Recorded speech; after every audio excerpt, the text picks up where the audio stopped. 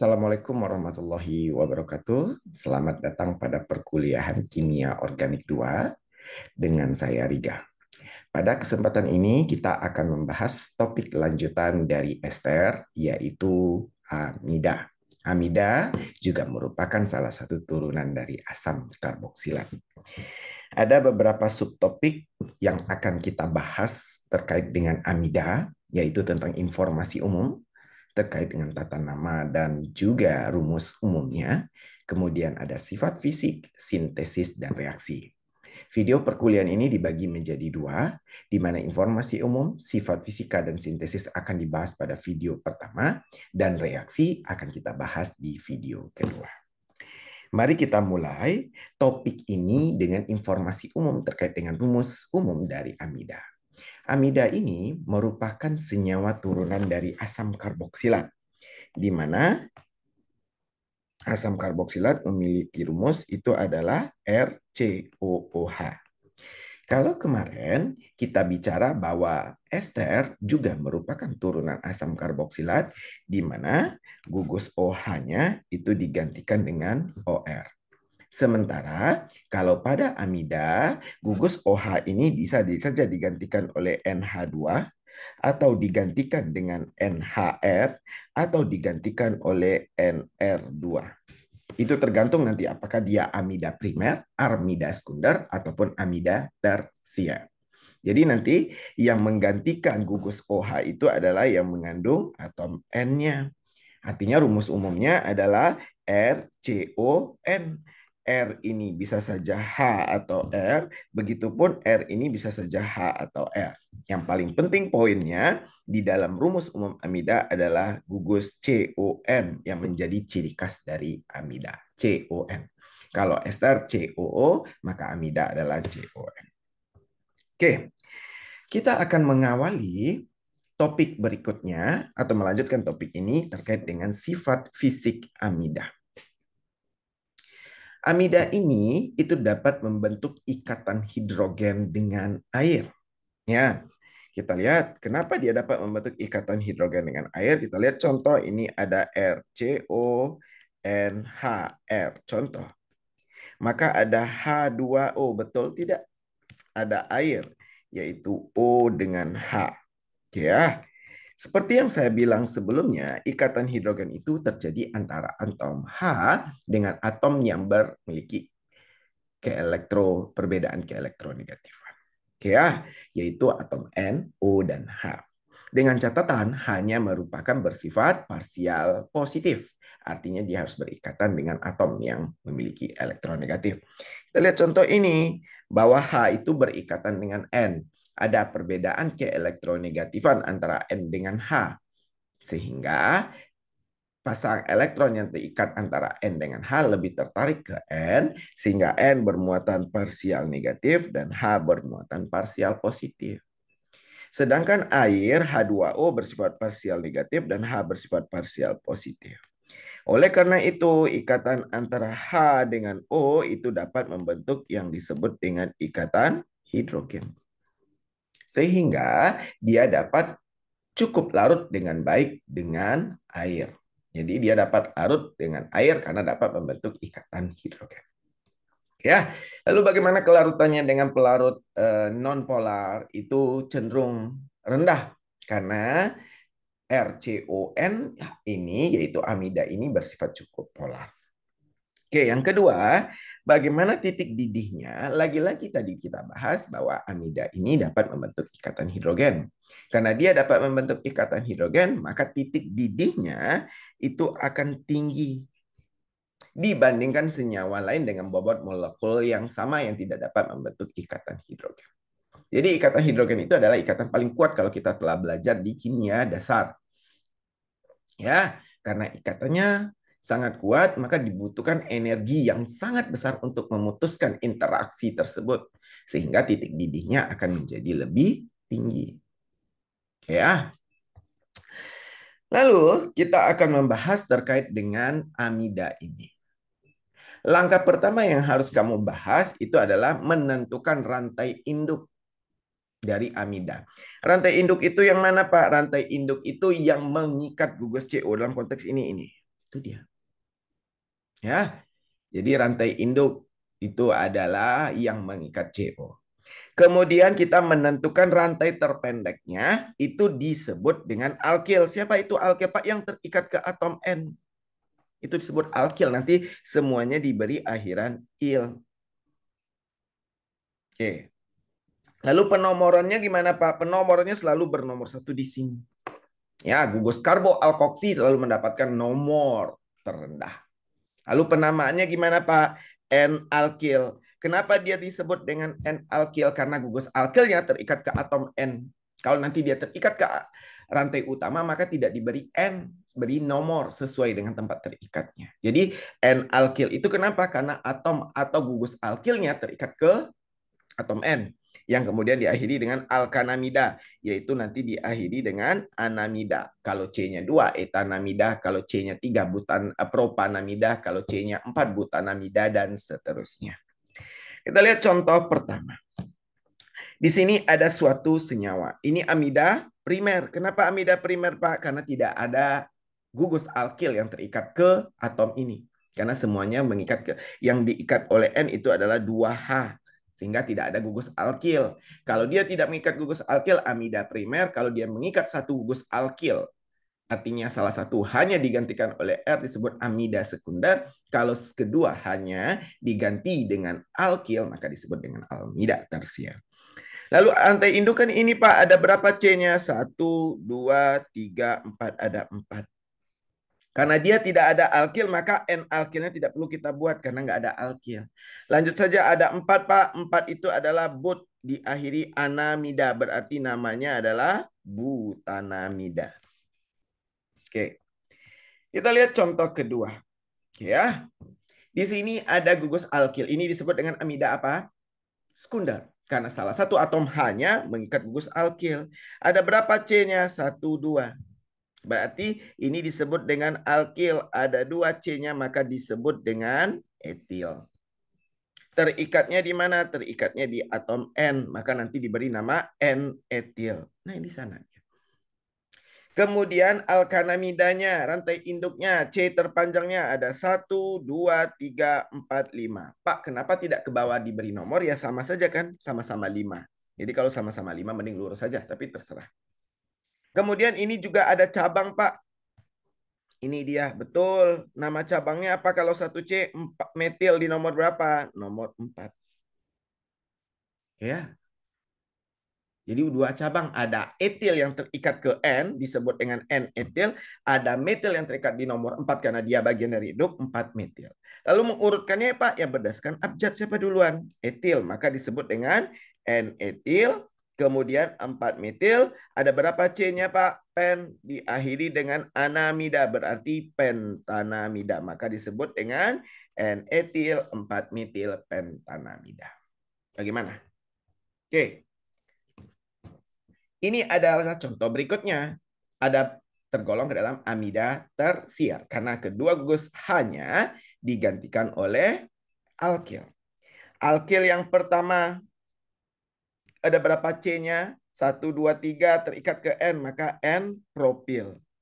Alkil yang selanjutnya ada berapa C-nya? 1, berarti M metil. Selanjutnya ada rantai induk 7 buah. 1, 2, 3. Ini disebut dengan cabang metil di nomor berapa? 4. Ini metil di nomor berapa? 6. Ada 7 C-nya berarti hep diakhiri anamida, maka heptanamida. Sekarang mana duluan abjad? Metil dibanding propil metil. Ada berapa metilnya, Pak? Ada 3. Maka bisa kita gabungkan. Bagaimana menggabungkannya, Pak? Ada 3. Berarti tetap didahulukan N. Kemudian di nomor berapa lagi? 4. Di nomor berapa lagi? 6. Berarti digabung menjadi trimetil. Dia abjadnya M-nya ya, bukan trimetilnya. Jadi setiap yang terikat ke N, kalau orang connect ini adalah amida, oh maka dia terikat ke gugus N-nya. Kalau dia dalam bentuk angka, maka nanti dia akan terikat ke cabang gugus utama yang mengandung gugus karboalkoksi. Kemudian apalagi cabangnya propil, maka N-propil. Baru diikuti alkanamida. Berapa C-nya? 7. Heptanamida. Maka nama senyawa ini adalah 646. N46-trimetil M-propil heptanamida. It means di sini ada 3 gugus metil, salah satunya menjadi alkil yang terikat ke N dan 2 lagi menjadi cabang atau alkil yang terikat ke rantai utama. Oke, silakan kamu skip video ini untuk mengerjakan soal pertama dari video ini. Kemudian kamu upload ke e-learning beserta latihan-latihan lain sesuai dengan petunjuk e-learning. Amida. Soal pertama untuk amida. Berilah nama senyawa berikut ini. Nama. Oke.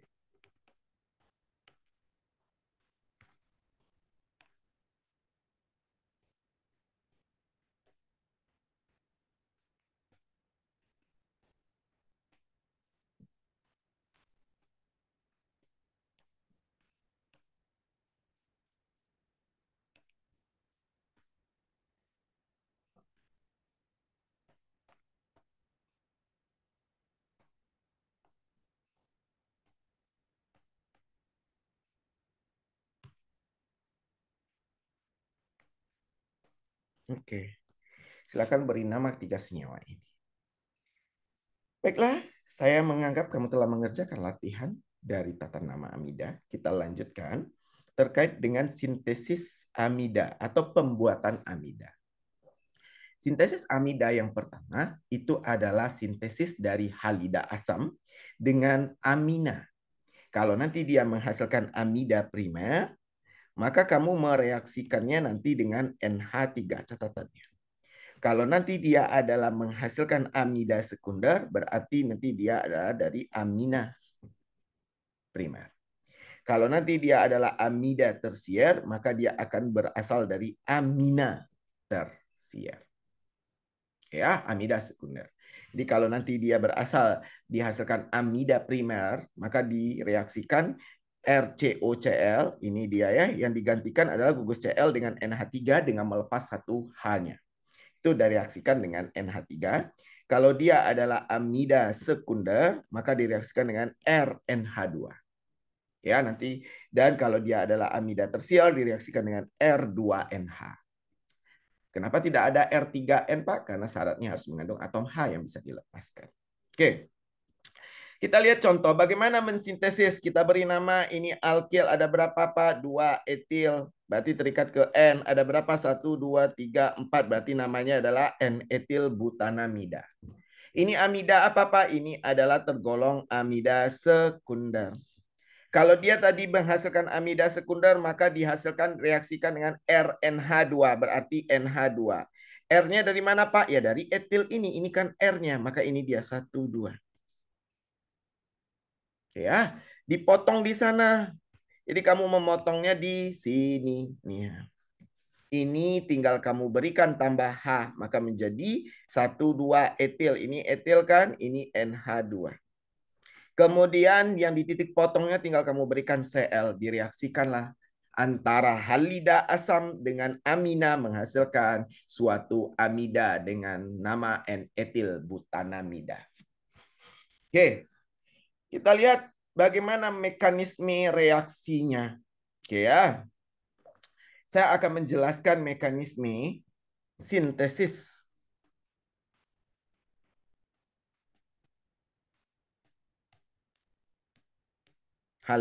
sintesis amida dari halida asam. Ya, kita akan memberikan contoh nih. Mau mensintesis senyawa ini, Pak? Oke, boleh. Saya mau mensintesis amida apa ini? Amida tersier. Maka langkah pertama untuk mensintesis apa? Titik potong di sini. Ini diberikan Cl, ini diberikan H. Iya tidak?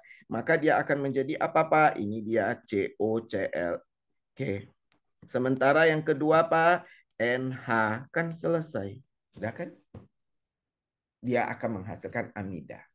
Lalu bagaimana mekanismenya, Pak? Oke, jadi ingat ya, titik potongnya di antara CO dan N. Di CO kamu berikan Cl kalau dia dari halida asam, sementara di N-nya kamu berikan tambahkan H untuk sintesisnya. Lalu bagaimana mekanismenya, Pak? Ini dia kita lihat nih. COCl ditambah NH. N itu punya elektron bebas. Kenapa? Karena dia golongan 5A dan dia baru mengikat 3 atom. Kemudian ikatan antara C dan O pergi ke O sehingga O bermuatan parsial negatif, C bermuatan parsial positif sehingga diserang oleh N. Kemudian akan menjadi ini bukan Cl, di sini ada O bermuatan negatif, di sini ada N yang berikatan dengan H yang berikatan dengan 2 metil. N itu maksimal mengikat berapa? 3. Ini sudah 4, maka dia bermuatan positif. Ada 2 atom yang bermuatan positif di sini, yaitu N dan O, dan keduanya harus dijadikan netral. Yang bermuatan positif dapat dijadikan netral dengan cara melepaskan satu atom. Mana lebih mudah melepas H atau melepas metil? Pasti melepas H. Maka dilepaskan H. Oke, supaya apa? Supaya menstabilkan N. Oke, kan selesai. N stabil. Kemudian O dilepaskan dengan dinetralkan dengan cara apa? Menjadikannya rangkap kembali. Ini menjadi rangkap kembali.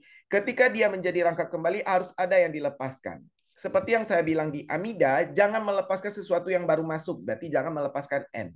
Tidak bisa melepaskan ikatan antara C dengan C karena dia ikatan yang sangat kuat. Karena tidak ada perbedaan keelektronegatifan keduanya. Mau tidak mau yang dilepaskan siapa? Cl. Karena Cl adalah good living group. Maka dia akan menjadi O di sini rangkap, N-nya kita bawa ke kanan. Selesai. Ini mekanismenya. Jadi mekanisme sintesis amida dari halida asam diawali dengan ikatan antara C dan O tertarik elektronnya ke O sehingga C bermuatan parsial positif yang kemudian diserang dengan N sehingga menghasilkan 2 atom yang bermuatan positif dan juga negatif. Yang positif distabilkan dengan melepaskan salah satu atom yang lebih kecil biasanya yang dilepaskan. Sementara yang negatif dilepaskan dengan menjadikannya rangkap kembali. Ketika dia menjadi rangkap kembali, ada yang kelebihan muatan yaitu C. Sehingga harus dilepaskan sesuatu. Suatu spesi yang sudah lama ada dan terjadi perbedaan keelektronegatifan di antaranya yaitu Cl. Sehingga dihasilkan amida. Oke, bagaimana? Kamu sudah memahami? Kalau sudah, silakan kamu sintesis. Ada suatu senyawa. Apa nama senyawanya? Suatu senyawa yang disebut dengan N-isopropil heksanamida. Pertanyaan pertama saya, yang A, tuliskan strukturnya.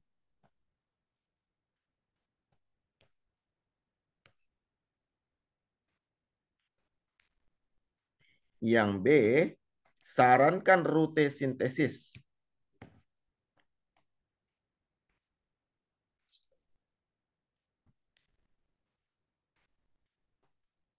Dari halida asam. Kata kuncinya halida asam ya, kalau yang pertama ini. Yang C, gambarkan mekanisme reaksinya.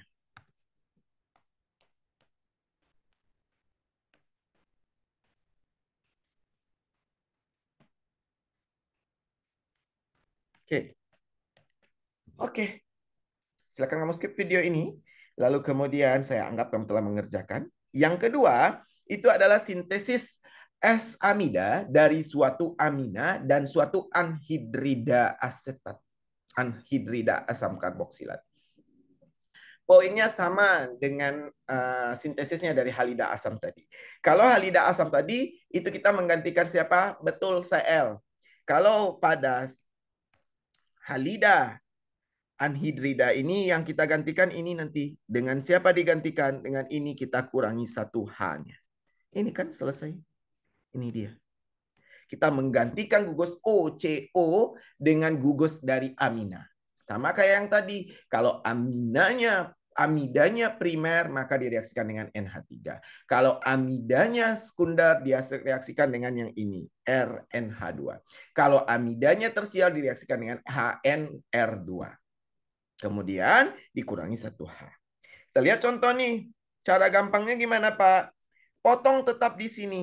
Di CON. Yang bagian ini tinggal kamu kasih H. Ini dia. Ya enggak?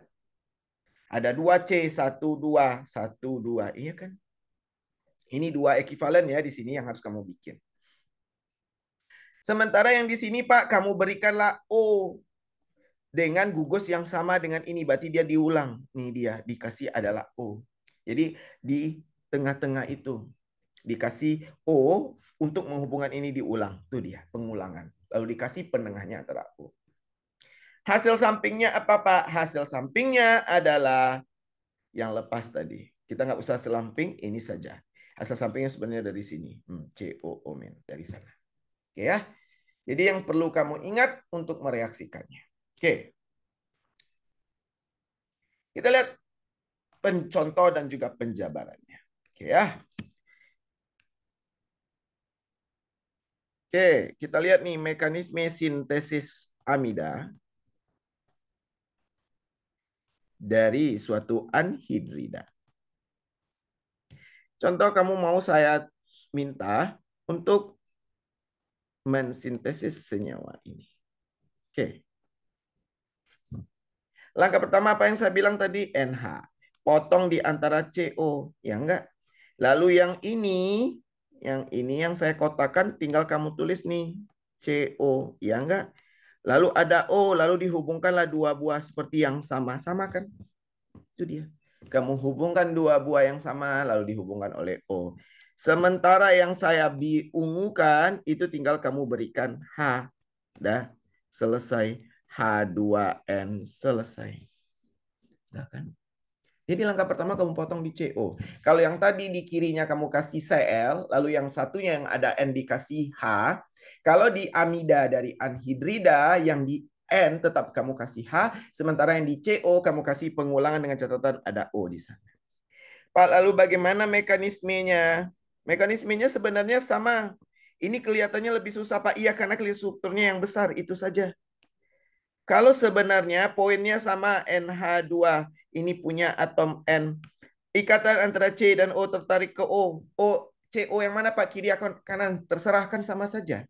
Karena tadi pengulangan kan. Sehingga O bermuatan negatif, C bermuatan positif, maka N akan menyerang. Sehingga dia akan membentuk siapa? Ini dia. Oke. Keadaannya. Oke.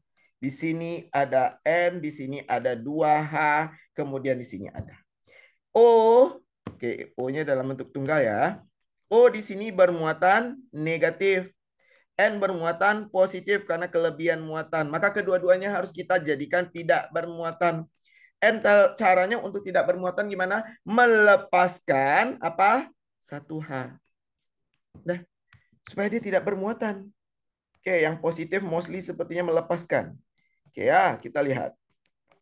Kita punya tanggungan satu lagi. Siapa tanggungan kita?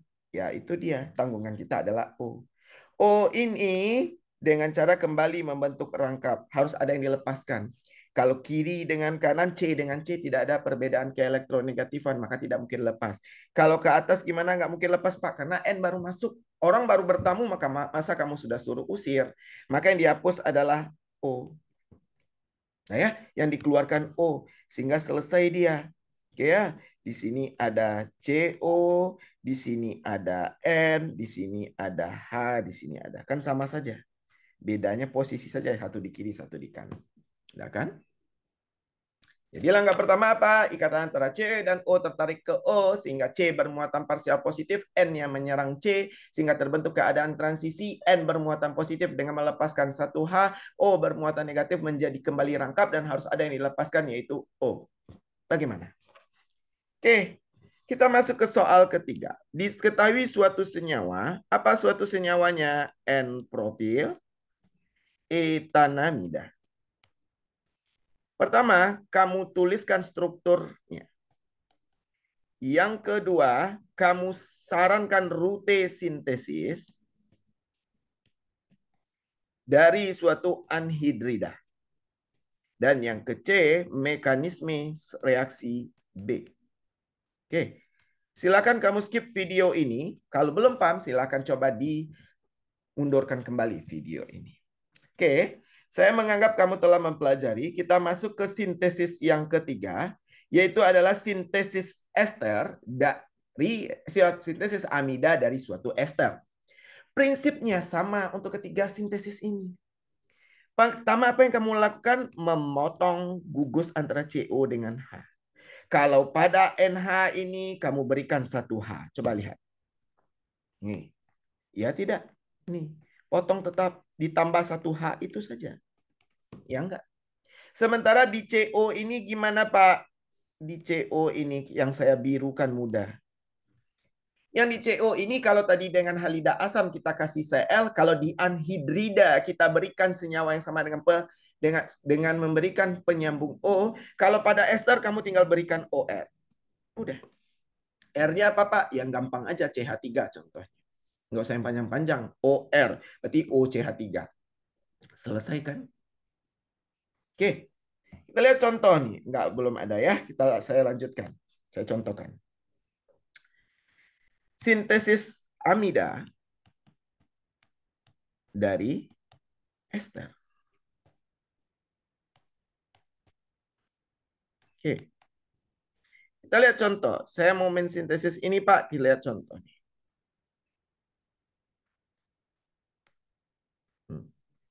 Nih. Ini adalah suatu amida. Apa namanya?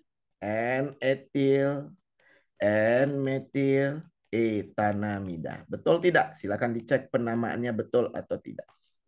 Langkah pertama untuk sintesis kamu potong di sini. Kalau dia disarankan dari suatu ester, di sini kamu kasih OH, di sini tinggal kamu kasih OCH3. Selesai. Ya kan? Di sini OCH3. Sementara yang di kanan tinggal kamu kasih H. Kan selesai. Nah, ya kan? Kamu potong di antara C dengan O, di OCO-nya kamu kasih OCH3 atau terserah OCH2, CH3, OCH2, CH2, CH2, CH3 sepanjang apapun. Tapi saya suka yang pendek saja OCH3. Sementara di N-nya tinggal kamu kasih H. Oke. Lalu bagaimana mekanismenya, Pak? Kita lihat mekanismenya. Mekanisme dari sintesis ini meaningnya sama. Oke ya. Kita lihat nih OCH3 direaksikan dengan NH yang punya pasangan elektron bebas. Ikatan antara C dan O tertarik ke O, O bermuatan parsial negatif, C bermuatan parsial positif, sehingga N akan menyerang. Selalu N kan yang menyerang dari tadi. Sehingga O bermuatan parsial negatif, di sini ada OCH3, di sini ada N, di sini ada H, di sini ada metil, di sini ada etil. N bermuatan positif karena kelebihan muatan. Baik O atau N kita stabilkan dengan cara menjadikannya tidak bermuatan. Gimana H tadi melepaskan, N melepaskan satu H. Sehingga dia sudah menjadi, dia tidak stabil lagi. Nih. Dia menjadi stabil N-nya. Oke, sudah stabil kan? Pertanyaan saya berikutnya, stabilnya dengan cara apa? Betul, menjadikannya rangkap kembali. Kalau dia menjadi rangkap kembali, C kelebihan ikatan sehingga harus ada yang dilepas. Jangan N yang dilepas karena dia baru masuk tadi. Jangan C dengan C karena tidak ada perbedaan keelektronegatifan. Biasanya yang dilepaskan adalah yang berbeda atom. Tadi Cl, tadi O, ini yang dilepaskan juga O. Karena ada perbedaan keelektronegatifan. Sehingga dihasilkanlah ini. CO bawa N-nya ke atas. Dah selesai. Ditambah CH3O negatif. Nanti ada H menjadi CH3OH. Yang paling penting ini. Paham? Gampang bukan? Oke. Silakan kamu skip video ini. Ada suatu senyawa N isobutil butanamida. Yang A, tuliskan strukturnya. Yang B, sarankan rute sintesis dari ester. Dan yang C, gambarkan mekanisme pada B. Oke, silakan kamu skip video ini. Baiklah, demikian video pertama ini tentang informasi umum, tata nama, sifat fisika, dan sintesis amida. Silakan kamu lanjutkan ke video 2 tentang reaksi amida. Demikian, Assalamualaikum warahmatullahi wabarakatuh.